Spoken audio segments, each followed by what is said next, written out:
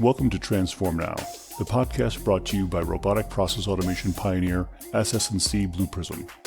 Digital transformation has the potential to reshape the way companies service their customers, engage their employees, and manage their operations.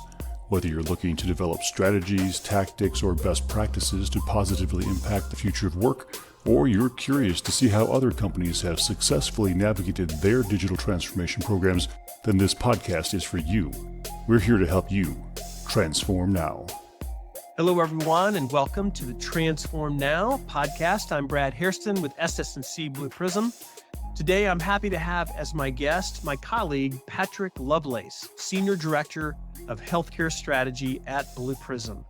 Patrick has been focused on the healthcare industry for his entire career, and he and I will be discussing the enormous opportunity for automation across all segments of this industry. Patrick, welcome. It's great to have you on the show with me today. Hey, Brad. It's really good to be here. Thanks for inviting me. You bet. Why don't you start us out with an introduction? Tell us about your background and what ultimately led you into the intelligent automation area. Yeah, sure. Well, I began my career 30 years or so ago. I'm a nurse still today. I've held an RN license for the whole time, 31 years, but I actually started in healthcare when I was in high school as a phlebotomist, drawing blood in the ER of a local hospital. And it just led me into meeting nurses and other care providers and kind of fell into the industry and really loved it, right? And the part of being empathetic to recovery and care and all of that was just really intrigued me and was part of what I did in my background. I didn't stay in patient care for very long, but I did enjoy some time in the ICU through almost cradle to grave, right? So I spent time in maternity all the way through home health and hospice, but majority of my time was that of an ICU nurse. I was also at that time sort of on the cusp of several, let's call it revolutionary things. And to a degree, that's what led me into this newest revolution in around automation. And those things back then were, advent of electronic health records, right? Like those were coming out when I spent my time as a nurse, largely driven by meaningful use dollars and things like that. But there were other areas of, the prospective payment systems that had been out for a few years, managed care that ultimately to some degrees moved into value-based care, and then all the other things that were going on technology-wise in the environment. So it just seemed like a natural extension when I learned about intelligent automation, and I found Blue Prism, and it just was a very good fit for me. Patrick, I would think that being in the industry as long as you have been and seeing things on both sides of the fence, that you have an even deeper appreciation for the potential benefits of automation in this industry and just the impact that it could have on so many different aspects of it. Is that true? That's true. It's so much broader speaking applicability to healthcare. From my years of working with various vendors on point specific solutions, they solve specific things, but intelligent automation is so much broader in terms of its applicability in healthcare. It allows me as an individual to work across industries, pharmaceutical, payers, providers, and that's extremely exciting to me. So Patrick, why is healthcare, in your opinion, ripe for automation? Yeah, well, there's no shortage of people pontificating about this or highlighting the common factors that have existed for years, like various siloed data and lack of interoperability, despite all the efforts that we've had over the years to create interoperability, or just having something like a unique patient identifier that we can't do. It just creates a lot of complexity in the data environment. You lay over the regulatory side of it, that everything is done in the scope of regulatory requirements and as well as other risk factors.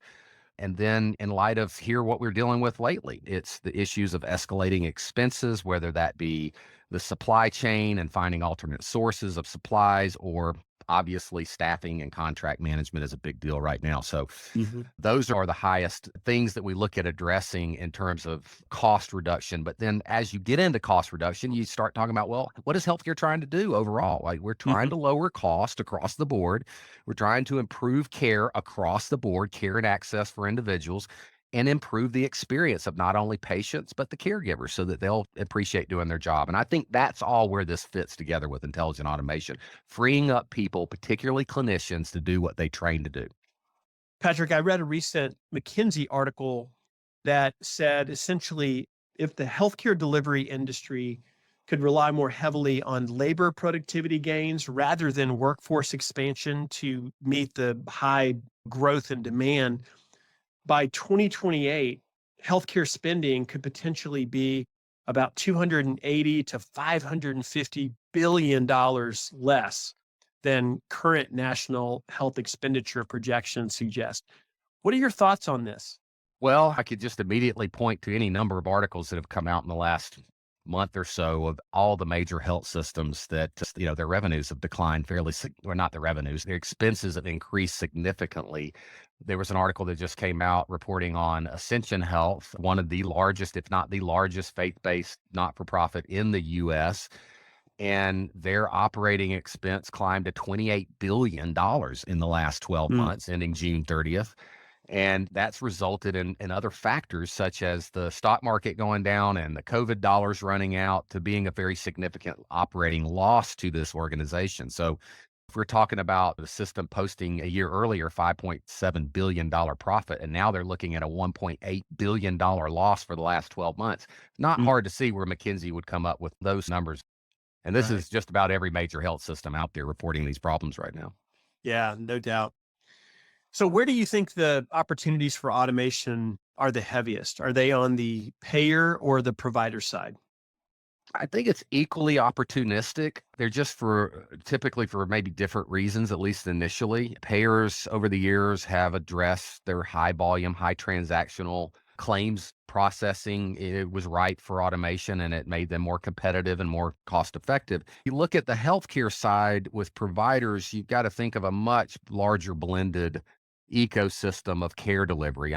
Just look at the difference in how services are delivered between, say, a doctor's office and an infusion center, right? And how they schedule an Mhm. infusion center and repetitive visits, right? I mean, just everything varies. But on the hospital provider side, I think the value is really more forward looking. So as an example, we just talked about the expenses extension, which is largely due to labor costs going up.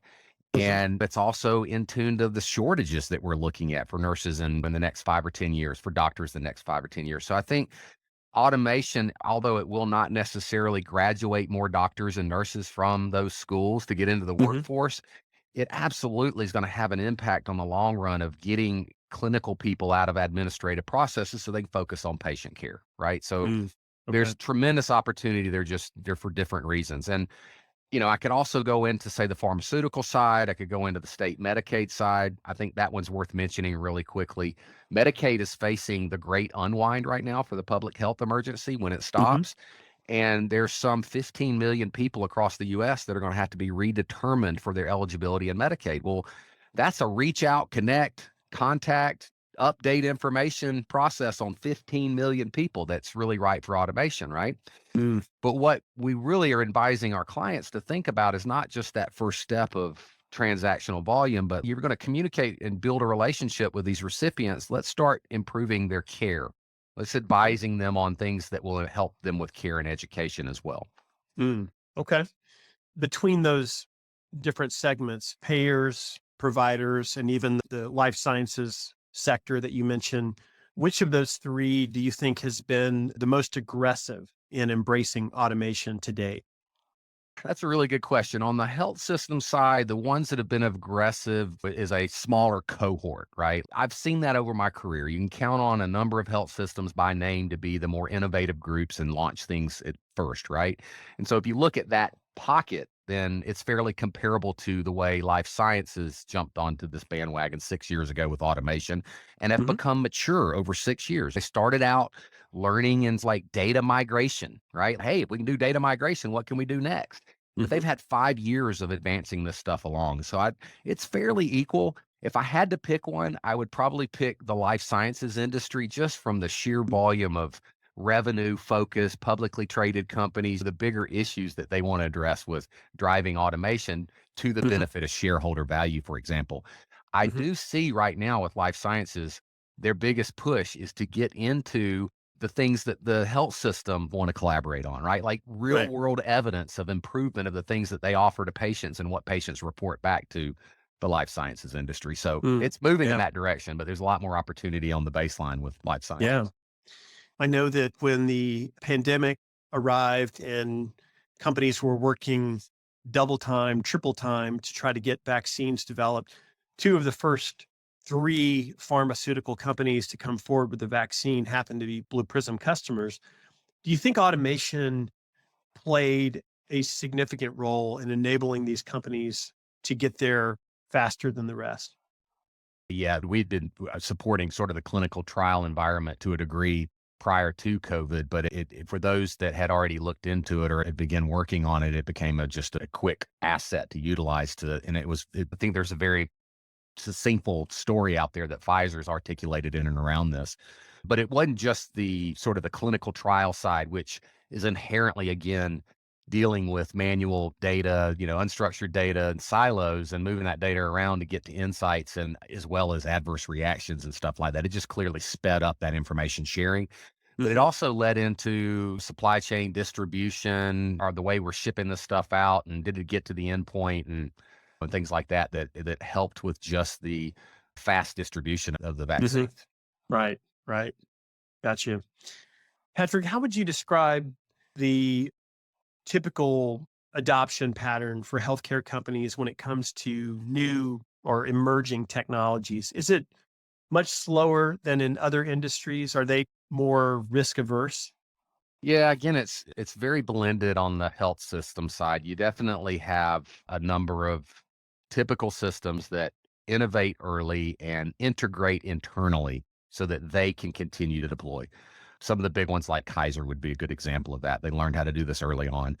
Others rely on an ecosystem of our partners to not only implement the first round, but support them in an ongoing manner. So, I mean, healthcare is inherently over the years embraced outsourcing of high volume services. So to a degree, and this is where the pharmaceutical life science industry embraced it early on was, hey, we outsourced all this. What can we un-outsource by bringing it back in and automating it? And so healthcare is looking at that now, but there's a lot that has been built infrastructure-wise. For example, revenue cycle management outsourcing companies that are using automation themselves. So it's kind of complicated in terms of how they go about adopting it.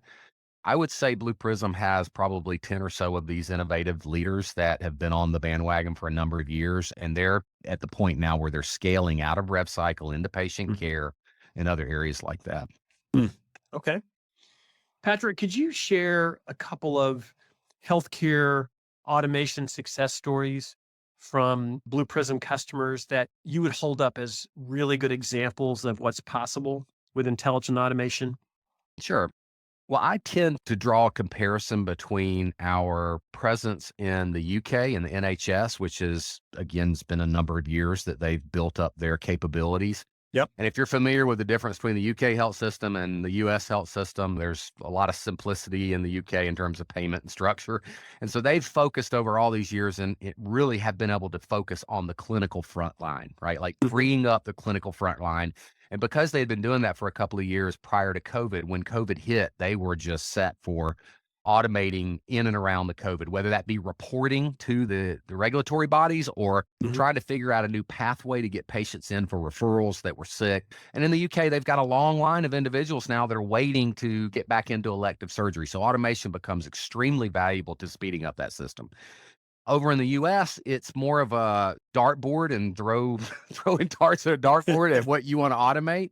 So I think there's a great deal of opportunity to get it under your belt, but then go out and discover more processes through process intelligence. So in the US, where we've seen some really good successes, for example, the largest not-for-profit in the Southwest is a client of ours. They've got some 13 hospitals and a lot of safety net and home health. They're the integrated, delivery provider from that aspect.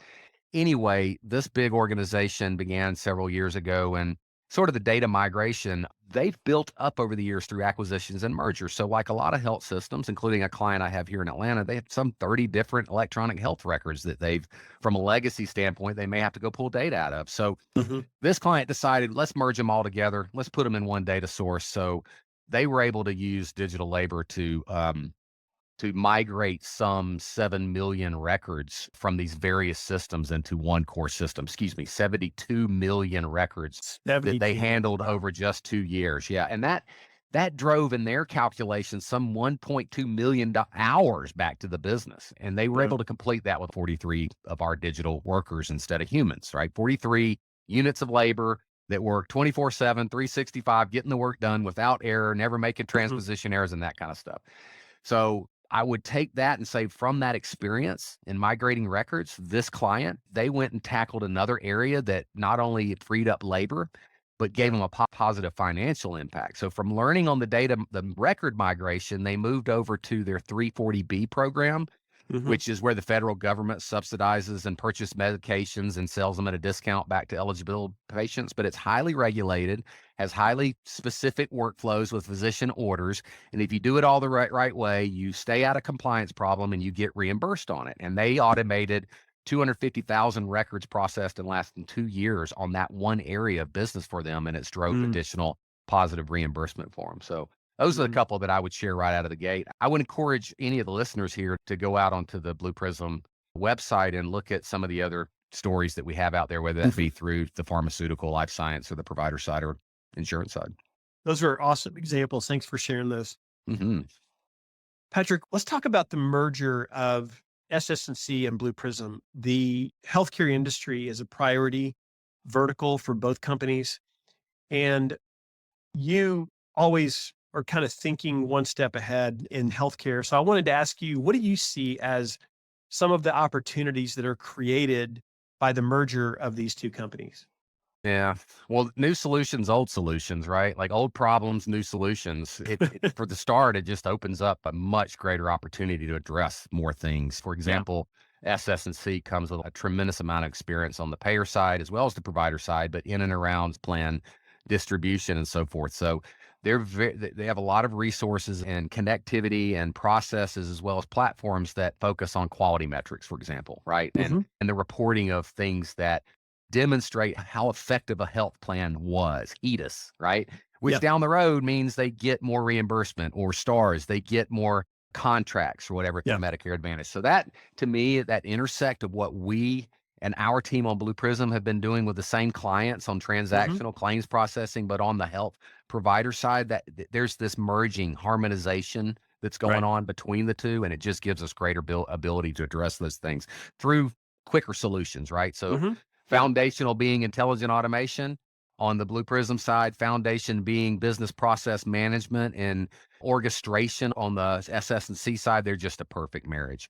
And then the Yeah. last point I'll make is that's been really exciting for me is just that there are a ton more of healthcare subject matter expertise and resources on the Hmm. SS&C side that's just Yeah. opened the door for my colleagues on Blue Prism Yeah. to a Yeah. great degree. So.